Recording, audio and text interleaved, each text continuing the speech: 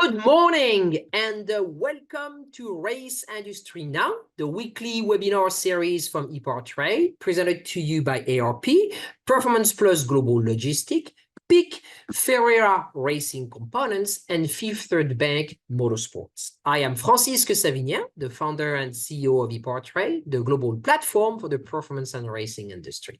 This is episode 439. We're going to be traveling to the UK to talk with the people from Halo by Orthene, and we're going to be talking racing brake fluid. With me this morning are Judy Kin, the co-founder of ePortrait, and a wonderful host, Mr. Brad Gillie. Judy. Thank you, Francisque. And I do know that today we have an impressive list of attendees joining us, both buyers and suppliers from all around the world. So I'm very excited. And I just want to remind everybody, you are welcome to log on to this platform, see all the companies showcasing they have new products or services out there. And I'm promising you, like this last 2 weeks, we have signed up about 15 companies. So we have a whole bunch of new suppliers that have jumped on board. I'm really excited to start showcasing them on the newsletters. Good to see you, Brad.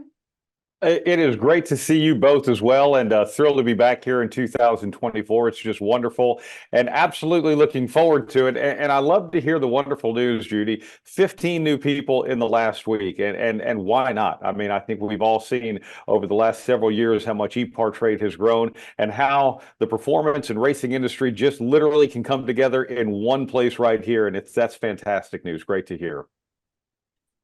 I think we've got our guest on, so we have limited amount of time. So Brad, you carry on. Awesome. Thank you very much, Francis. Thank you very much, Judy. We appreciate that. And looking forward to today, as Francis said, we're going to go across the Atlantic to the UK. Today's webinar, Brake Fluid, the Hidden Performance Advantage by Halo by Orthene. And I do want to remind you that at any point during this webinar, if you have a question for any of our panelists, feel free to type it into the chat and we'll get as many of your questions through as we can. And we've got a lot of great things to talk about here today. Joining us here on this webinar, Lloyd, the director, Dan Stafford, chief development chemist, Steve J, technical director, and Darren Law, the team owner, team principal of Flying Lizard Motorsports. And gentlemen, I just want to thank each and every one of you for being here today. We really appreciate it. Thank you, Brad. Thank you. Big privilege to be here. And thank you to Francisque and Judy for putting this together as well. It's great. Yeah, this is wonderful. Lloyd, let's just go ahead and start with you. I know we have a lot of things that we want to talk about with our topic here today. I love on the website, there's just a motto right there: drive fast, brake last. And I think that speaks volumes of everything about when it comes to brake fluid and braking technology and all of that. But Lloyd, if you would, just give us a quick overview of a couple of the things that we're going to be touching on here today. Yeah, thank you, Brad. So we're going to be touching on more of the technical aspects rather than the business. I'll be doing the boring part. So the history, just where we come from, and a little bit about Halo before handing over to Steve and Dan. So Steve will be talking through the brake fluid basics and fundamentals. Dan is a lot more closer to the development side and Halo. And thank you, Darren, for joining us today. Great for you to be here and share your experience with the Halo product as well. So it's good. So we've got a bit of a slide deck to go through. Brad, is that all right to flick it up now, or how do you want to play it?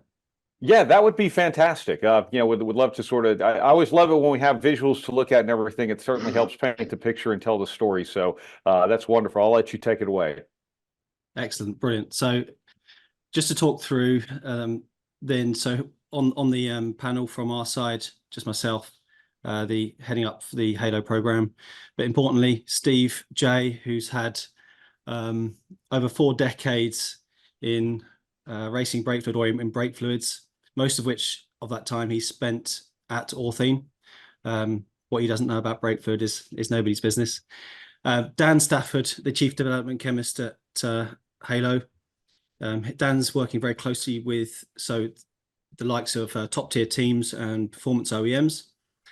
So he's trackside and visiting these guys, coming back to the lab, developing, innovating, improving. And then, of course, we've got Darren Law, who's very kindly joined us, a team principal, as you say, a 24-hour Daytona winner, and a Halo advocate. So that's who will be presenting today. I'll be doing the very quick and easy part. Just a bit of an introduction as to Orthene. So Orthene was established in 1976 by my grandfather. He was previously working as a chief development chemist for Castrol. That's where he actually developed the very first .4 brake fluid formulation. Before then realizing his expertise and setting up Orthene in 1976 with one core focus, and that was brake fluid. And really the business model hasn't changed in over 40 years in terms of just one core product, and that is brake fluid technology. So not many people, or hardly any people, have heard of Orthene at consumer level, but many of the consumers would be very familiar with the brands that we produce for. So it's a private label model. We supply over 300 brands. There's approximately 20 million litres produced every year. Again, that's obviously not all racing brake fluid, because this is also road car application mostly. And again, this is a laser focus on brake fluids. We don't dabble in anything else.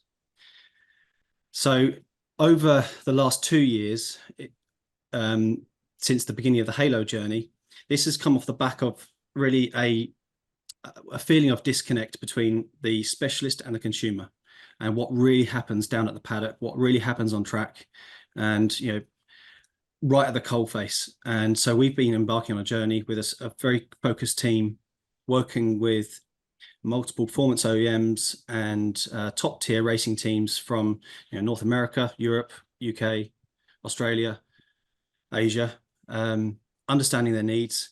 And we called it the Halo Project, and we've subsequently launched our own Halo brand, consumer facing brand, with a top flight product called P1, which is cutting edge technology. It's as a result of all the information we've gathered. It's been tried and tested. And again, I'm not going to steal Dan's thunder and Darren's and the rest of it. They'll talk into the technical details. But it's a single product for now. It's now out in the market. It's about 4 weeks old, so it's very fresh. But it is designed and formulated for the top end, top flight racing. So without going into much more detail, I'll hand over to you, Steve, to go through some of the more fundamental side. Thank you, Lloyd. And good morning, good afternoon, or good evening, depending on where you are in the world. It's great to be with you, Brad, and the team. Appreciate that. As Lloyd has said, yeah, good. As Lloyd has said, I'm going to give you a little bit, try and give you a little bit of general background, a kind of introduction to brake fluid, if you like. We enjoy talking about brake fluid, to be frank. Being brake fluid specialists, you can understand it if we say that we don't think it really gets the awareness and attention it deserves as a safety critical product, and critically in this field, a source of potential competitive advantage. I'll try and keep it brief and to the point, as I'm apt to ramble, so forgive me. The other thing I'll perhaps just ask for forgiveness up front is I don't want to insult anybody's intelligence.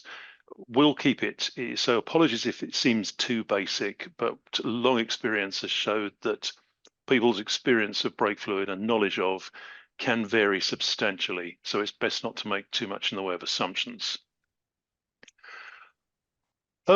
So, key functionality. As a product, what job does brake fluid do? What do we want it to do? Well, what we flagged up here are 3 key roles the brake fluid does. As a hydraulic fluid, it transmits pressure. We have to remember that in the simplest brake system, indeed to the most complex, brake fluid is the link, the essential link between your pedal and the wheel brakes. And if it doesn't do its job, your brakes won't work. That's true even in these days when the link is beginning to be broken with electronics. Further down the system, you're just as dependent as on that liquid to carry the pressure into effect and do your braking for you. Similarly, lubrication is a very important role. Brake fluid's got to be a good lubricant if the system is not going to wear prematurely, or if seizures to be avoided, neither recommended when you're on the track. And lastly, it's a general principle that we look to brake fluid to protect the system. this involves that it's not only compatible with all the materials found in a brake system, but more than that, it actually keeps the componentry in good condition over the anticipated working life of both fluid and system. Let's have a look at these in a little bit more detail. Firstly, pressure transmission. I suppose the first thing is a hydraulic fluid. The first thing we want from brake fluid is that it's incompressible. You might say, well, I thought all liquids were incompressible. Well, not quite. I know sometimes we're told that at school. And clearly liquids don't compress like gases do, but they do compress, especially under the sort of pressures one will find in a hydraulic system or indeed in a brake system. And the more compressible that fluid is, the less efficient your brakes are going to be. I mean, that's a pretty obvious statement, I guess, but we can speak about the stiffness of an entire system. And you can imagine it almost like a spring. And if you imagine that your brake fluid suddenly turned to something very compressible, you can see that your pedal would feel very spongy, and that a lot of the energy of your foot would be used up compressing the system rather than applying the brakes. That's why compressibility is so important. Of course, there will be many factors at play in a brake system that will affect its compressibility. There'll be the hoses and there'll be expansion of various other componentry, but it's perhaps slightly counterintuitive that brake fluid, as it's quite a big volume component in the system, can actually make quite a significant difference to your overall stiffness. So we're looking for incompressibility. Now, in terms of conveying pressure efficiently, you also want to make sure that your fluid is in the right viscosity range. By viscosity, we mean how resistant to flow is it? How thick is it? Clearly, if it's too thin, you can get wear.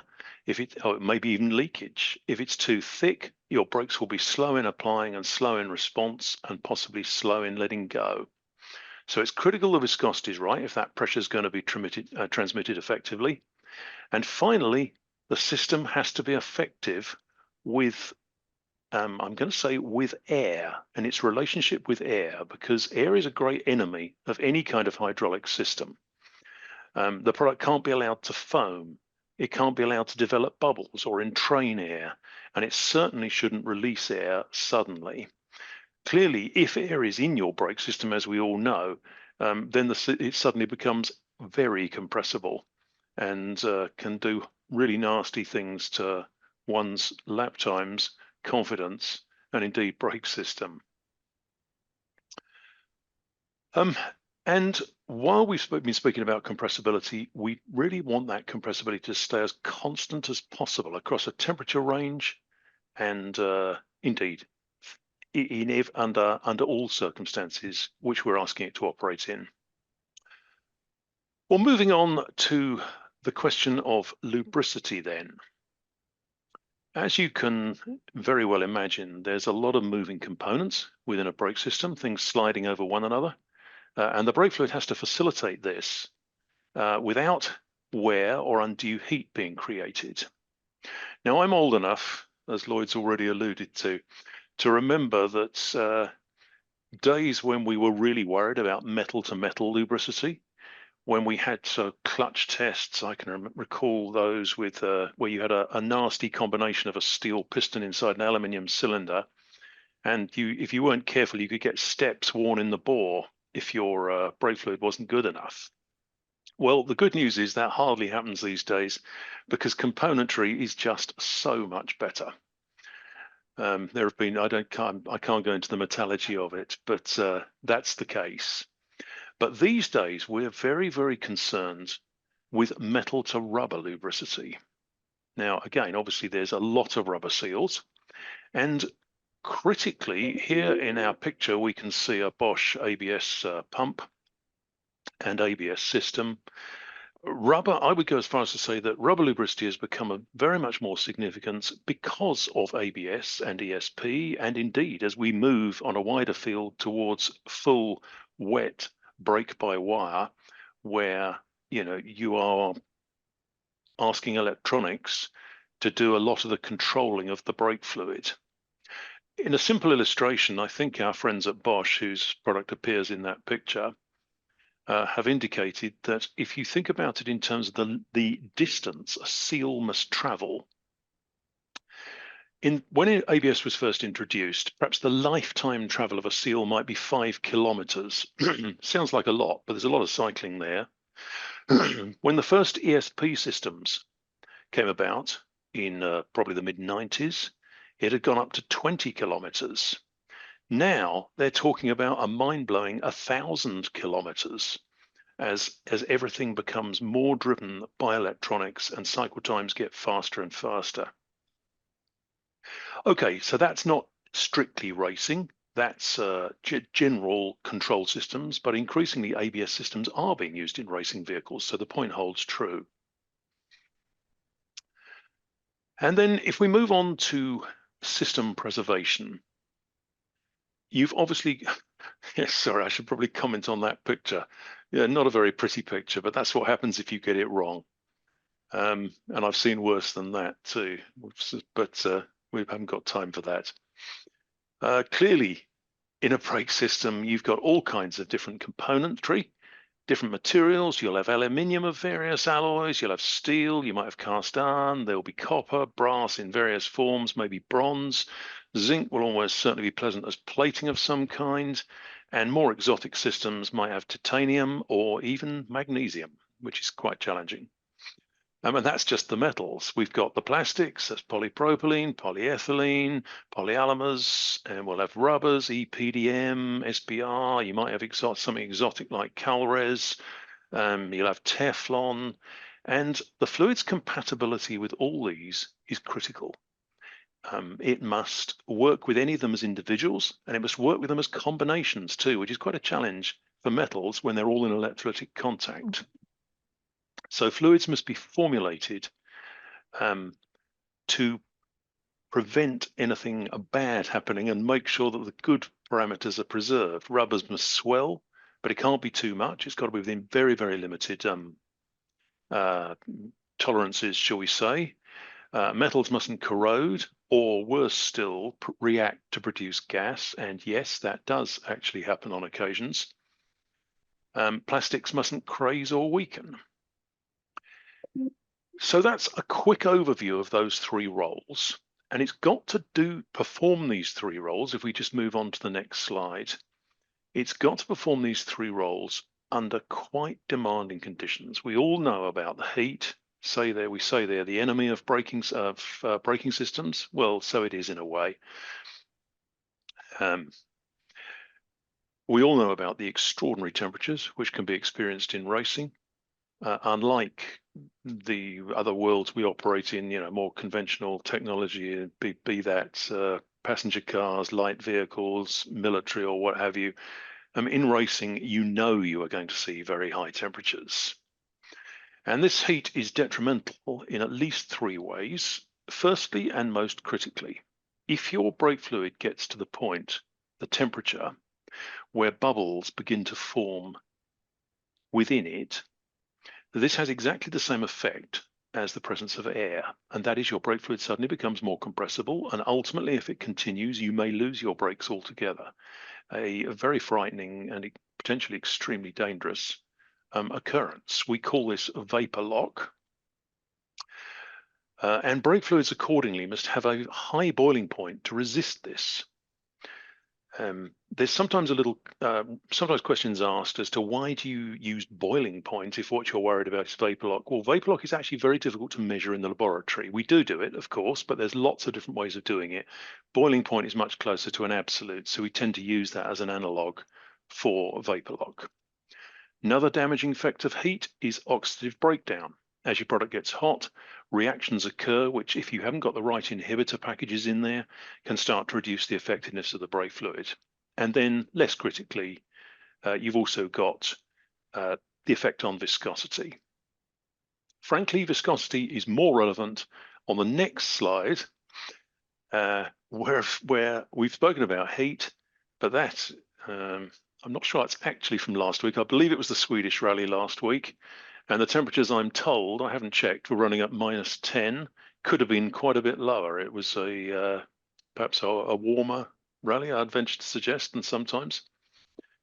And clearly, at these temperatures, the brake fluid's still got to work very effectively. We've spoken about viscosity. Clearly, the product can't freeze. If it freezes, you'll have no brakes at all. But similarly, if it becomes too thick, and if you're used to seeing brake fluid at room temperature where it slops around, it's quite something looking at -40. It looks like golden syrup and pours out like it as well. And you can't afford the product to get too thick, or your brakes will hang on. They'll be slow in application. They'll be slow in release, which is absolutely fatal if you're after a fast stage time.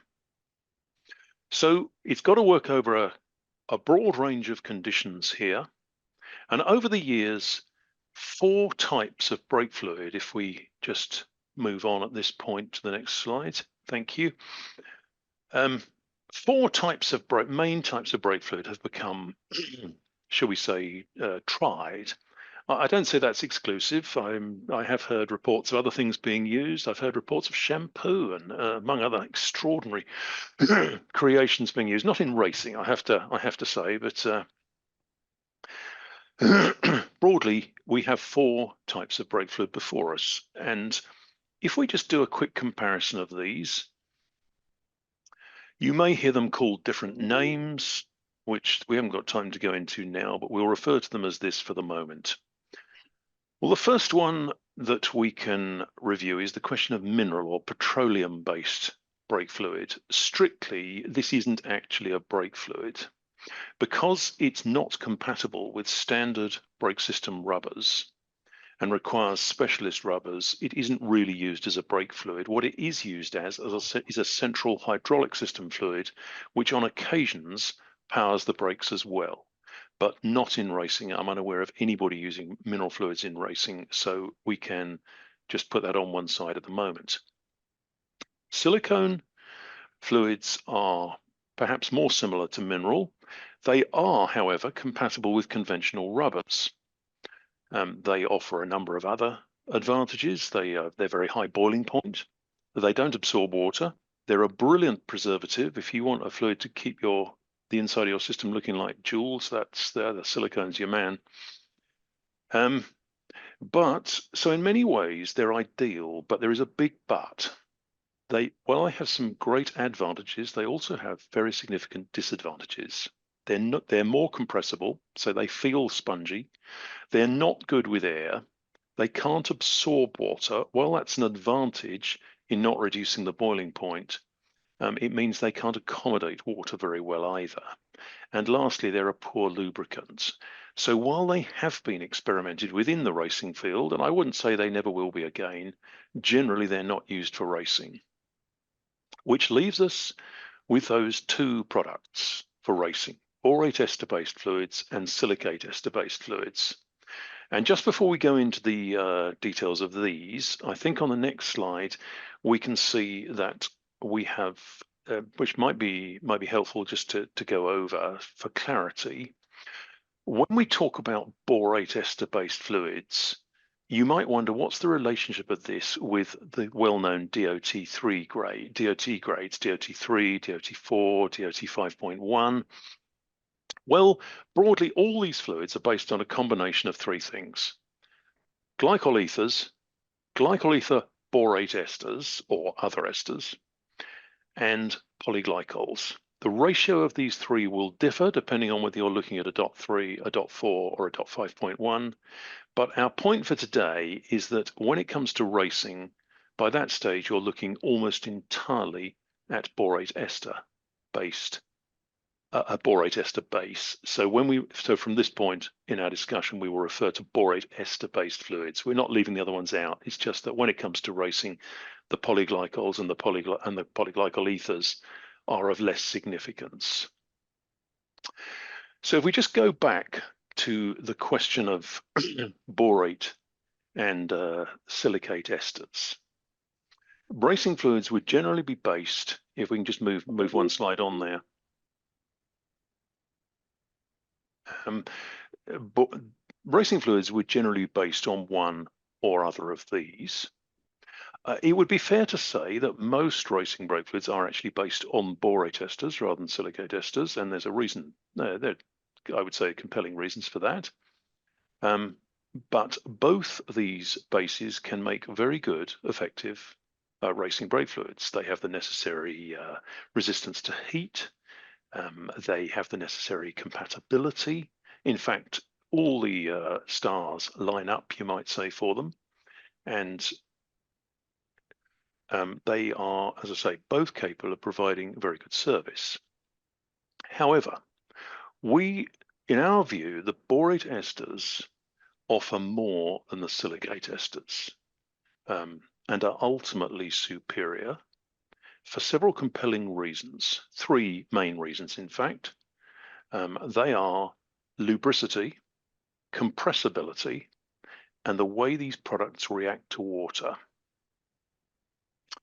Lubricity, as we've said, is critical when it comes to ABS systems.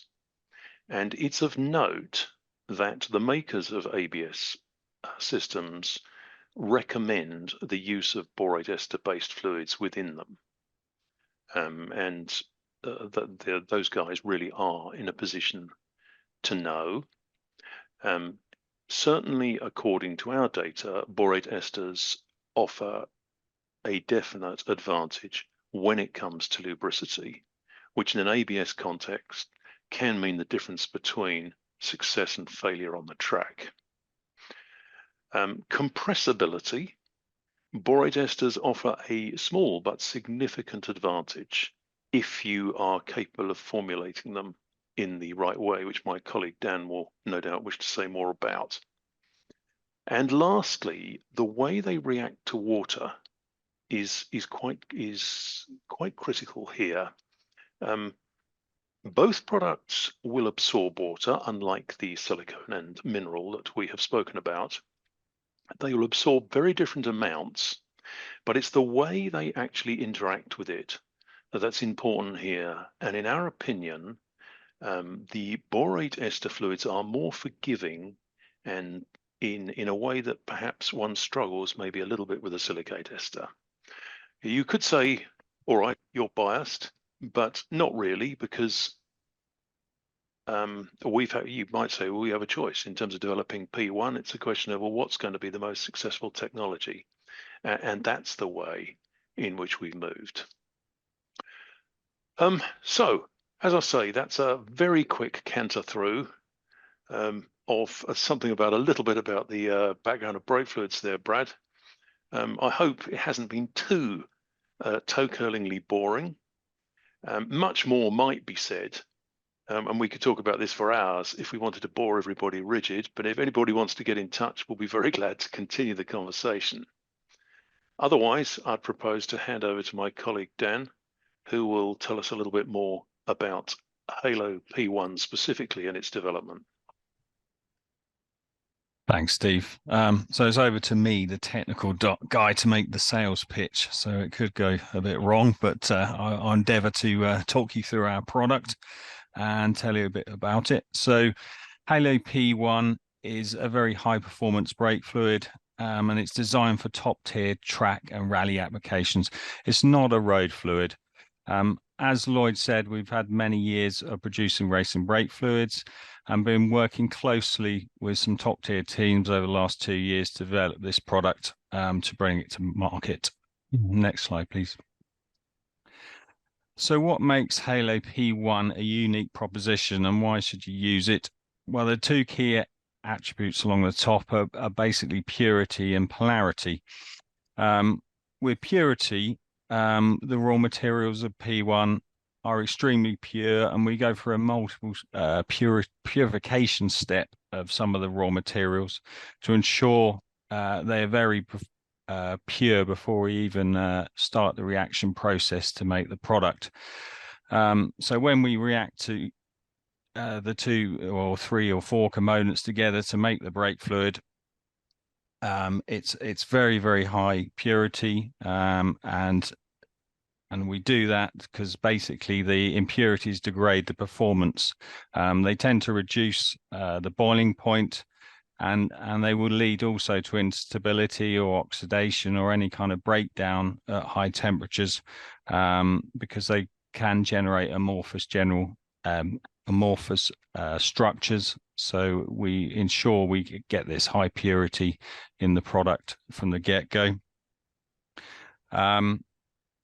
And the polarity, the product we've come up with is generally very polar. Polar fluids or polar molecules don't like to occupy the same space, so they resist being compressed.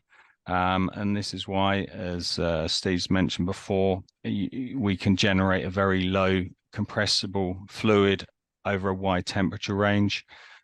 This is obviously very important in racing applications. So next slide, please. This is best illustrated in a graph. You can see a sort of graphical representation here. One is showing Halo P1. The other is a market-leading racing brake fluid.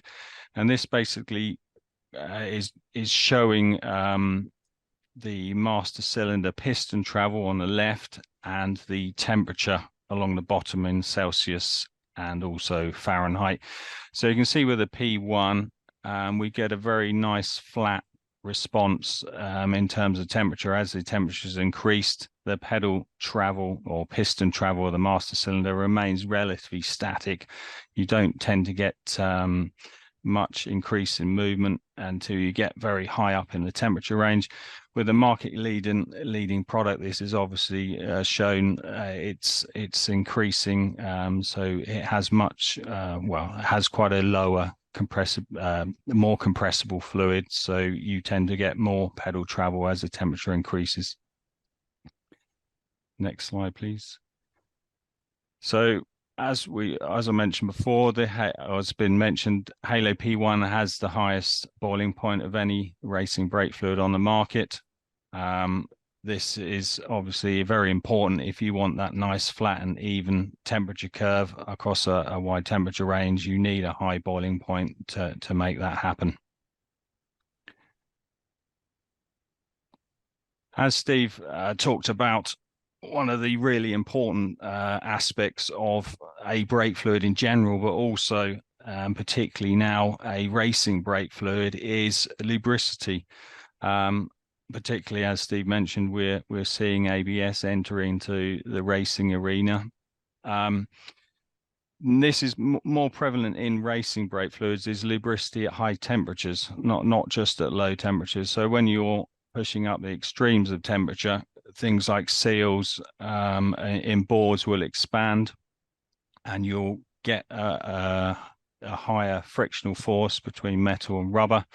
So it's very important that you maintain or even enhance lubricity at high temperatures. So with the Halo P1, we've made sure that we've actually reacted a special chemical into the backbone of the product to ensure it has very high lubricity at high temperature. It's particularly important with your the ABS systems, and to get consistent caliper rollback during your racing activity. So next slide, please.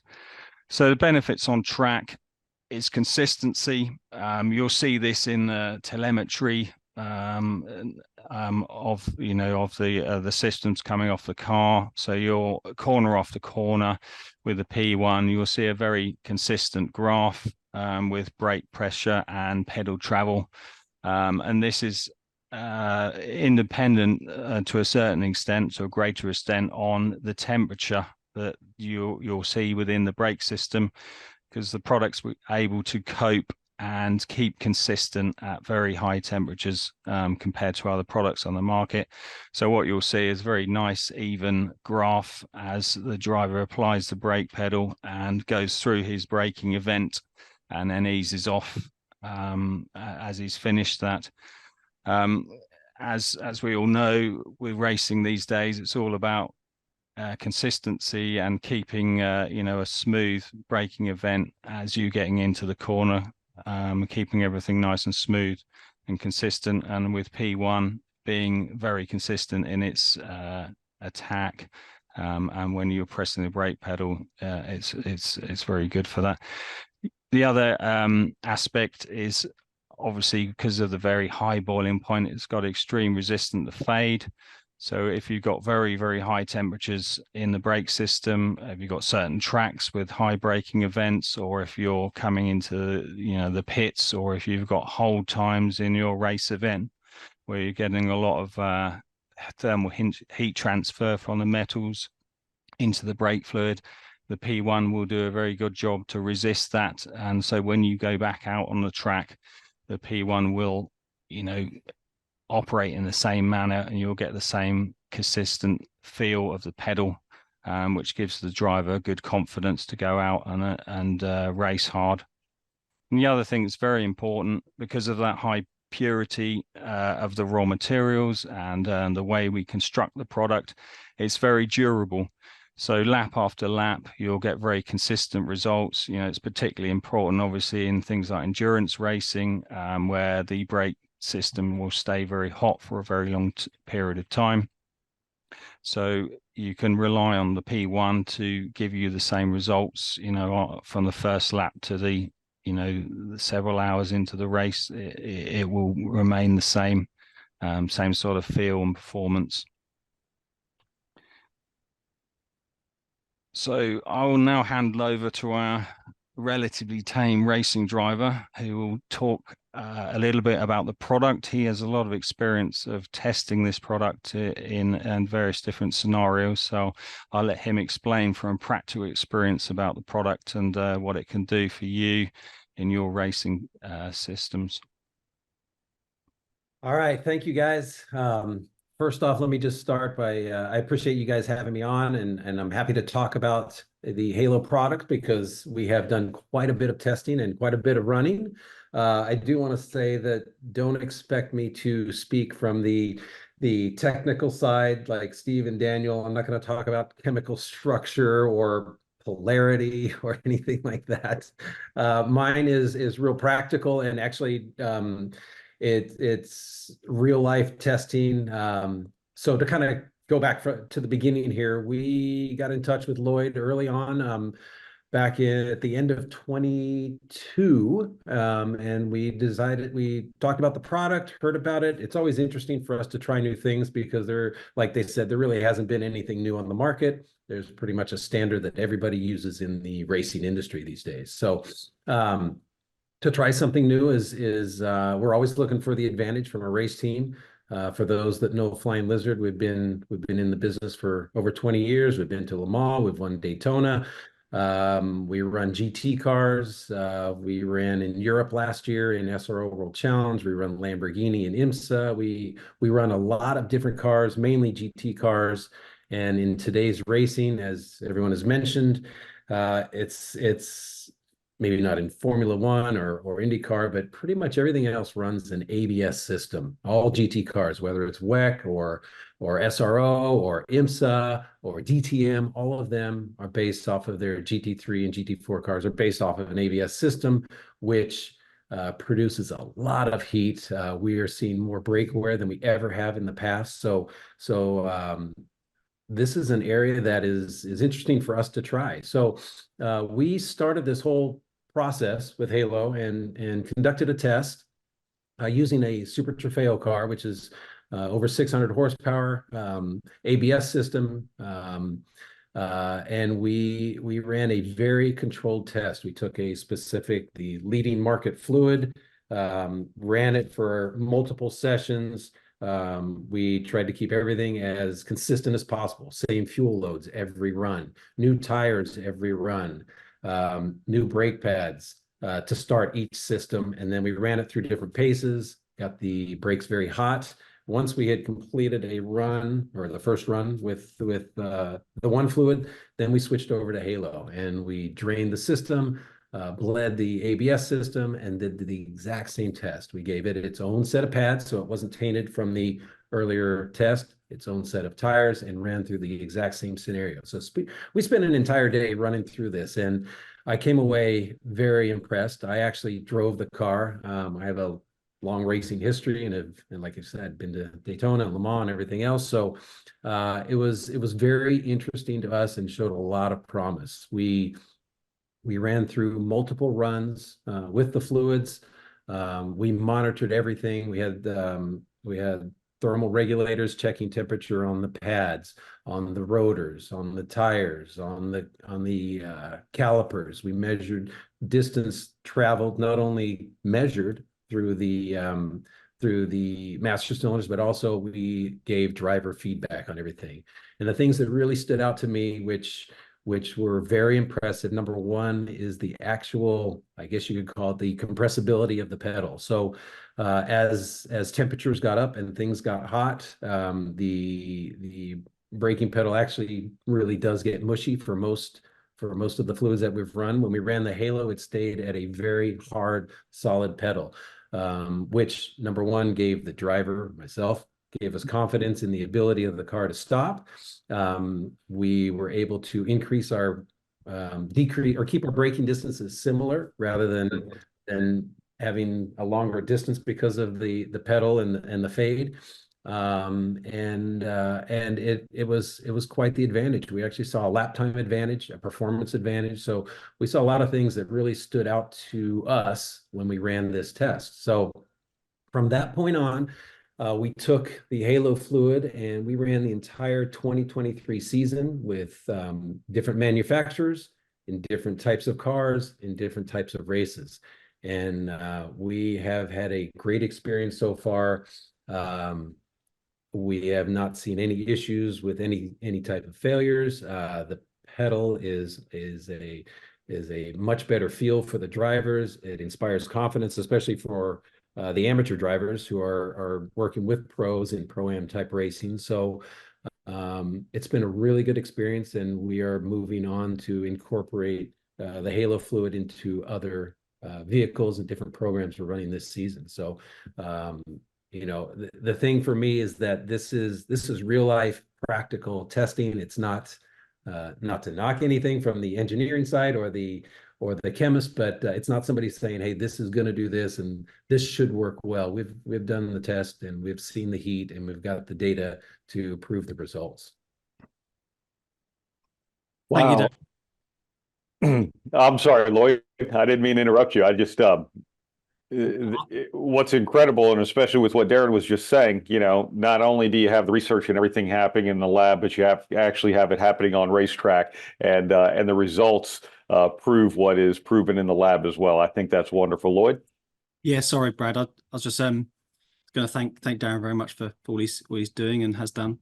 Conscious of time, and I want to leave enough time for some questions. So I'm conscious we're a little adrift, but I just want to pick up very quickly on a point that Steve made about anyone on this call that might have specific questions or any challenges. Our door is open. That's the purpose of Halo, is connecting you with us as the specialist to help you. I appreciate this webinar has been fairly high level, so please send us through questions if they're not answered here. Yeah, for sure. You know what? And I do have a couple for you, if you would. And let me just really compliment you. I mean, what an amazing presentation. And that was incredible just to, have a great understanding of exactly what we're talking about, exactly what Halo offers and everything. And true compliment to that as well. Question, why does brake fluid have wet and dry boiling point? What does that actually mean? Go on, Steve. Okay. Okay, I'll take that one then. Okay, well, very simply, dry boiling point is boiling point straight out of the box. It's just as you would get the thing out of the can. That's the dry boiling point. Why is it called dry? Because of the contrast with the so-called wet boiling point. Wet boiling point is not strictly a test that's really relevant to racing. It was designed as a measure of how well the boiling point holds up in service.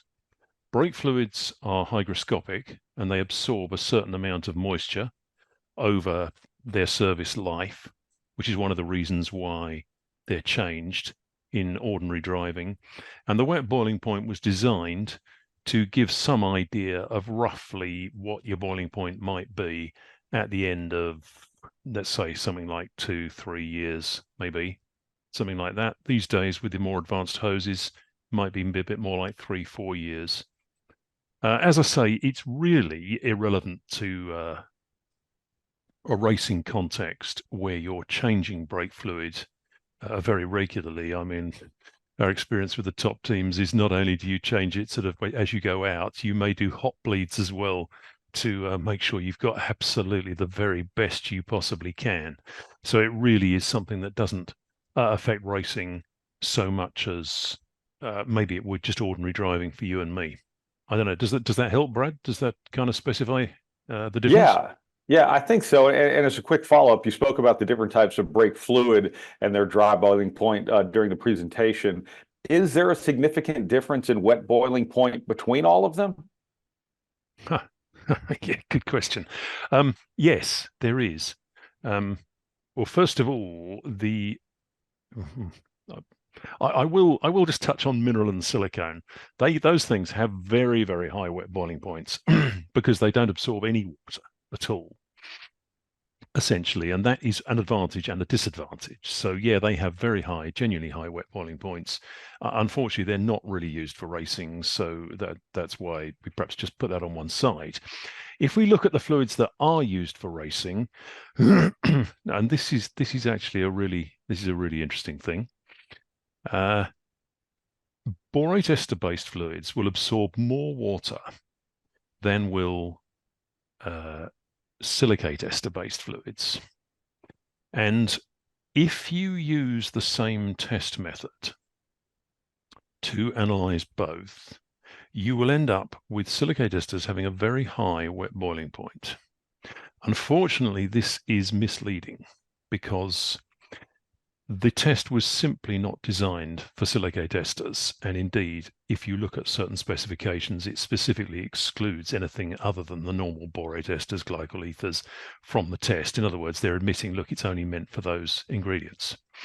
What you would see when you actually do this test in a context of vapor lock rather than boiling point, you see that the silicate ester-based products tend to have an early onset of boiling in the wet boiling point test, which lasts for a minute and then fades off as the water is effectively removed in the test. Now, clearly that's not going to happen in practice. So I guess I'm taking perhaps a rather long roundabout way to say that if you look at the theory of it, or you just take the test results, silicate ester wet boiling points will be higher than borate ester. On the other hand, if you're interested in real world performance with wet fluids, then borate ester will outperform silicate ester in our opinion every time. Of course, in fairness to both of them, it's not really relevant for racing, as I say. Is that at all intelligible? I'm sorry, I'm not very good at putting 100%. These things over. No, 100%. And I know we are running a little bit short on time, but I do want to ask this, and maybe Darren might be the best one to answer it. I don't know, anyone jump in, but from the chat, how long should a racing fluid be used in a track car? Well, for us, and I don't come from the mechanics side, but we change fluid every race. We bleed it prior to every race, so we do not leave it in for very long. It depends on the level of racing. Probably club racing, you can leave it in a bit longer, but from a pro racing standpoint, we are constantly changing out the fluid. And like Steve said, sometimes we'll do it in the middle of a session. We'll bleed the system hot. Wow. And I think that's a great fair answer, based on what you do. And obviously other people who do other forms of racing can adjust accordingly. A final question, and another thing I want to compliment, by the way, the packaging, the logo and everything, it just looks cool. I think that's wonderful, but we do have some people asking, where can you buy it? Is Halo P1 already available to buy? Thank you, Brad. Yeah, only just. So it landed in the States 4 or 5 weeks ago. So it's available through SRI Performance in Mooresville and through Her Racing Products in Illinois. And then you've got the European distributor, Advanced Performance Products in Netherlands, serving the European market. And then we've got Race Parts in the UK. So head to the website. It'll guide you from there. That's wonderful. Lloyd, Dan, Steve, Darren, really can't thank you enough. This was truly informative, and really appreciate what you did, and just a fantastic presentation. Thank you very much. Thank you very much. Well, thank you, gentlemen. Absolutely right, Brad. Brilliant presentation, and thank you, Lloyd, for putting everything together, and Andrew and hello. So this webinar has been recorded. It will be distributed later on the ePortrait platform and through our social media channel. Don't forget to check Hello's products back on the homepage of the ePortrait platform. Next week webinar will be on engines. We'll be talking cylinder heads with Curtis Boggs, the founder of Race Flow Development. For more updates and resources, please visit www.eportrait.com. Thank you again, and goodbye. Thank you. ePortrait is a digital platform that we've created basically to make life easier in the business community of auto racing. ePortrait, there is no e-commerce. It's literally a connection just like at a trade show. So now, any time of the year, a buyer could reach out to a supplier. When you see a product that you're interested in, all you need to do is click on request more information, and then from there it is forwarded directly to the buyer or to the supplier. ePortrait really eliminates having to travel, closing down your shop. Now you have a place to showcase globally your racing product and technology. Land speed record holder George Poteet's Speed Demon rocketed 481 miles per hour at the Bonneville Salt Flats. You don't go that fast without ARP fasteners. There is no way that we could go the speed that we've gone, the number of times we've gone, with a lesser quality bolt than ARP supplies to us. And we absolutely wouldn't be where we were today if it weren't for ARP. When failure is not an option, it's ARP-bolts.com. We're Performance Plus Global Logistics. Our team of dedicated performance industry and logistics experts get valuable cars and components to the track on time in top condition. We provide expedited logistics solutions for the performance industry using direct routes instead of deferred options, and communicate all necessary information to the appropriate resources to meet regulations and ensure a smooth transit and secure delivery, both domestically and internationally. And we exceed customer expectations by providing best-in-class service with an efficient and cost-effective system in place. Contact us today to book your next shipment. You work as hard as your truck, and you have no time for downtime. That's why more truck owners trust Blue Def, America's #1 diesel exhaust fluid brand. Each batch is guaranteed pure, so you can avoid costly repairs caused by inferior DEF. Demand America's best for your truck. Blue Def and Blue Def Platinum. Put trust in your truck. With roots in the Midwest that date back well before the Model T, Fifth Third Bank has a long history of serving the needs of automotive companies. While much has changed over the years, our passion for helping businesses put cars on the road and on the track has not. Today, we are more committed than ever as a member of SEMA, a founding member of PRI, and a sponsor of multiple race teams across several racing series. For over a decade, Fifth Third Bank has been a staunch supporter of our industry and a great partner for many companies in the motorsports field. Our business has been growing extremely fast, and really we could not be where we are today without Fifth Third. They provided amazing strategic advice, the capital we need to support our phases of growth. They are true partners for me now, and what they do with their involvement in motorsports is untouched in this community. Where can we take your business? Fifth Third Bank. Where will you find Ferrea racing components, circle track, drag racing, and any top race shop? In every form of motorsports competition, our valves and valve train components deliver race-proven design and technology. And we've brought that same performance to our street applications as well. We're backed by 5 decades of experience, an extensive range of off-the-shelf components, and our custom valve department has the fastest turnaround times in the industry. Ferrea Racing Components. Stand with us or race against us.